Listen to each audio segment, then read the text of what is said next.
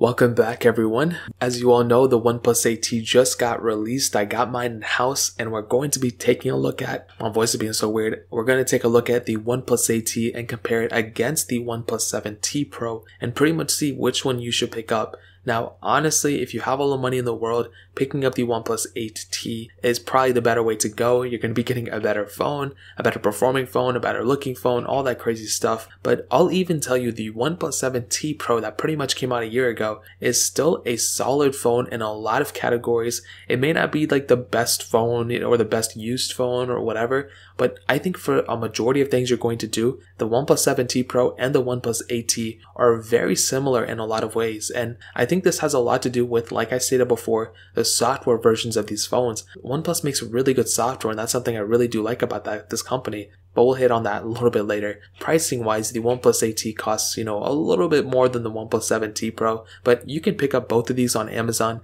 and I'll go ahead and find the cheapest prices on Amazon and link them down in the description below, so you can get them from there and help support the channel at the same time. Now, looking on the front panels of both, the OnePlus 7T Pro has a 6.67 inch Fluid AMOLED display, and it's actually a 1440p panel, and it's 90 Hz, and I think it's a pretty good panel overall. I really never had any issues with it, and it's actually a really good panel. I think it holds up extremely well. It did have that pop-up camera at the time, which was revolutionary, and I'm glad OnePlus went away from it. It's a cool concept, it's kind of cool, but it's also kind of gimmicky, and I was honestly kind of scared about it at the time too. And I think that's something that's actually really important for companies to make these type of advances and improvements, but also go back if they think they're wrong. And the 7T Pro's pop-up camera may be something that you like or maybe something you don't like, but I'll tell you for sure, it makes the phone look that much more futuristic when there's very little bezel around the whole entire display. Now, the OnePlus 8T, on the other hand, has a little bit of a smaller 6.55 inch Fluid AMOLED display, but this one is 1080p, so a little bit smaller and a little bit low resolution, but you do get an increase in that refresh rate. So not only do you have the 90 Hz, which you don't have on the 8T, you have that 120 Hz on the OnePlus 8T. So definitely an improvement, but I've said this before and I'll say this again, and I have a whole video talking about it. Basically, when it goes from 60 to 90 Hz, I think that's a bigger increase than going from 90 Hz to 120 Hz. And in this case, it's probably the OnePlus 8T has a better performing display for sure, but the 7T Pro's panel is still really good too. And I don't really have like a crazy preference, but I think some of the bigger differences between these phones would probably come in the form of the panel. Now, obviously the internals and software and everything's a little bit different too, but I'll definitely say the way these phones look, if you like a smaller phone by a little bit, the 8T may be a better way to go, but the 7T Pro is still a beautiful phone for sure. Now, they both have USB Type-C ports on the bottom, and on the back you can see they have a little bit of different backs on both. So the 7T Pro has that standard glass back, where the OnePlus 8T has somewhat of a frosted glass back. Now, me personally, I like the frosted glass back a lot more. I feel like the 7T Pro's panel is kind of standard, it's like what you expect, but the 8T has that really nice frosted that's pretty much, consensus with the rest of the world right now, and it's like a more premium feeling. It's like the advancement of the back, and the iPhone 11 Pros had it, the Note 20 Ultra had it, and these phones have it too, which is really nice. So that's definitely an improvement for sure. And then we have that camera setup on both these devices. So the OnePlus 7T Pro has a 48 megapixel wide angle lens and an 8 megapixel telephoto lens, and then a 16 megapixel ultra wide sensor, where the OnePlus 8T has a 48 megapixel wide angle lens, a 16 megapixel ultra wide sensor, a 5 megapixel macro lens, then a 2 megapixel depth sensor. Now, both phones can do 4K at 60, which is really nice. The OnePlus 7T Pro's camera, I think, is pretty good for the most part, and I've said this before and I'll say it again, I don't really have any problems with these specific phone cameras. I just don't think they're as great as something like the Galaxy S20. I honestly don't even think these cameras are good. Maybe the OnePlus 8T's camera is kind of the same par with like the Samsung Galaxy S10, but even the OnePlus 8T is still missing a telephoto lens, and I don't know, I feel like OnePlus could do a little bit of a better job with both these cameras. The 7T Pro, like I stated, it's good for the most part. It'll be able to do everything you throw at it, and for the majority of people out there, you're not filming movie like videos on your phone. You're just trying to go and make a quick video or make a quick Snapchat or TikTok or whatever and move on with your day. You're not really thinking about the camera, and I think both these phones will be able to do you just fine. But like I stated, I think the biggest problem with the OnePlus 7T Pro will come in the form of that motorized pop-up camera. Now, it's a 16 megapixel sensor there, 1080p at 30 frames, and I don't know, I think it's like a okay thing, but I don't know too much about it. I mean, every app that I ever used the 7T Pro's front camera on, it worked, it functioned properly, Snapchat, whatever, but maybe there could be a case where a software issue would not allow that motorized pop-up camera to come up. I don't know if that would ever come, or if you break that pop-up camera, like what would happen then? So that's something to consider too. Where the OnePlus 8T, I think it has the better camera setup for sure, it just has to because it's the newer phone, but I also think, there's a lot of similarities between both these phones, including the front camera. You have a 16 megapixel front-facing camera on the OnePlus 8T as well, and these phones are a year apart from each other, and how have they still maintained the same camera on it? It makes no sense. Still only 1080p at 30. It doesn't make any sense to me. I feel like OnePlus could have done a better job, and like I said before, it is what it is. There's nothing we can really do about it, but I wish there could have been a case where we had 4K at 60 or something like that on the front of the OnePlus 8T. I would say the back camera definitely goes to the OnePlus 8T, but the front camera is pretty much the same as I think on both phones.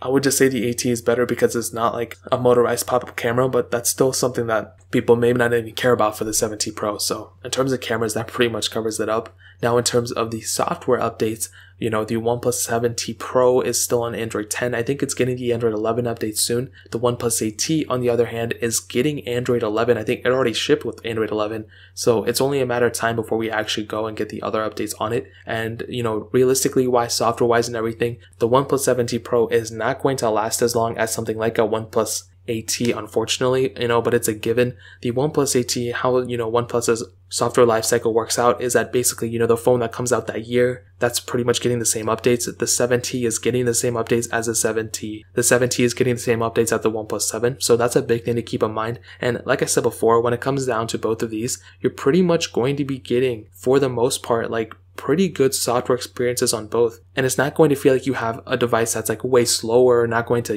last as long as the other one, and that is something that's also extremely important in my opinion. Now when it comes down to the actual software in itself, it's almost exactly the same. I don't really like Oxygen OS 11 that much, but it is what it is. There's nothing we can really do about it, but that really pretty much covers up the software experience in my opinion. Now hitting on the performance side of things, the OnePlus 7T Pro has that Qualcomm Snapdragon 855 Plus chipset, an octa-core CPU, an Adreno 640 GPU, and 8 gigs RAM on that base model, and then 12 gigs of RAM on the top two models that it was supported with. Where the OnePlus 8T, on the other hand, has that Qualcomm Snapdragon 865 chipset, an octa-core CPU, an Adreno 650 GPU, and 8 gigs of RAM again on that base model, and 12 gigs of RAM on that top tier model. And like I said before many times, again, the OnePlus 7T Pro was an extremely good performing phone. That 90Hz refresh rate really helped in making it kind of seem faster than it was, and that is something that's really important. When you have a device like a OnePlus 7T Pro that doesn't have crazy software, that doesn't have anything, it's very minimalistic at its core, and it's a pretty huge asset of it, that is something that I really do like about the OnePlus 7T Pro.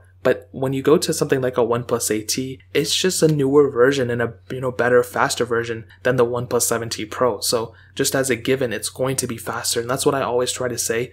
It's just going to be a faster device because it's the newer version of the older one. And that's not necessarily to say the OnePlus 7T Pro is a bad phone. I think the biggest asset of the OnePlus 7T Pro is its smoothness with the pretty much stock software, as well as that higher refresh rate that really makes it seem faster than it really is, in my opinion, which, like I said before, is a huge asset of it. So definitely when it comes down to both, I don't think the OnePlus 8T is 50 times faster or anything like that, and I don't even think if you have a 7T Pro you should go to the OnePlus 8T just because of the performance or anything, but I still think it's a really good upgrade for sure in terms of the performance factor. So in terms of that pretty much covers it up. Now ending it off with the battery life, the OnePlus 7T Pro has a 4085 mAh battery. The OnePlus 8T has that 4500 mAh battery. Now unfortunately, neither of these phones support wireless charging or reverse wireless charging, which may seem crazy, but that's kind of like a, it's not a necessity, but it's something that's pretty common nowadays. The fact that the OnePlus 8T doesn't have it is pretty insane to me, but what I can tell you is between both, the OnePlus 8T is probably going to have the better battery life, even though it does have that bigger and better refresh rate. It doesn't necessarily mean that, the battery life is going to be that much worse.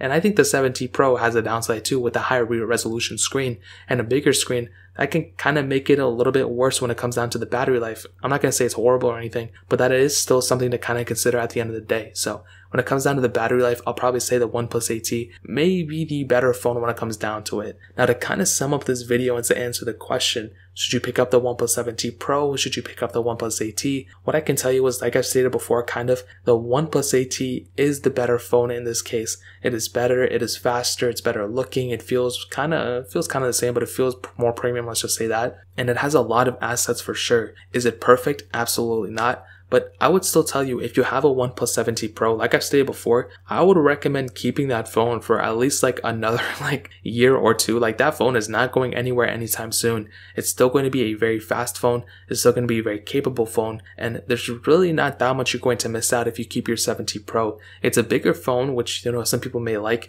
It has, that motorized pop-up camera that some people may like. And it has a higher resolution display. So that may be something, if you don't mind, if you don't really care about anything else, that may be something that, you are personally a fan of. And I can't really knock that. But if you're somebody who, wants to just get a brand new phone right now and move on with their life, then obviously the OnePlus 8T is the better way to go. It's just easier to pick up. You can just buy it on OnePlus's website. You can pick it up on Amazon. You can move on from there. And you don't have to worry about, do I have to haggle with the person to buy it or whatever? It's a very straightforward procedure. You just buy it and then move on with your life. So there's obviously some pros for that device too. If I were in a position like you were and I didn't have either of these phones, I would probably end up picking up a OnePlus 7T Pro, I think, just because it's cheaper and I love the software. I know these phones very well, so I know nothing's going to go wrong for the most part. But these phones kind of fail at the same areas, so it's not like one is way better than the other one.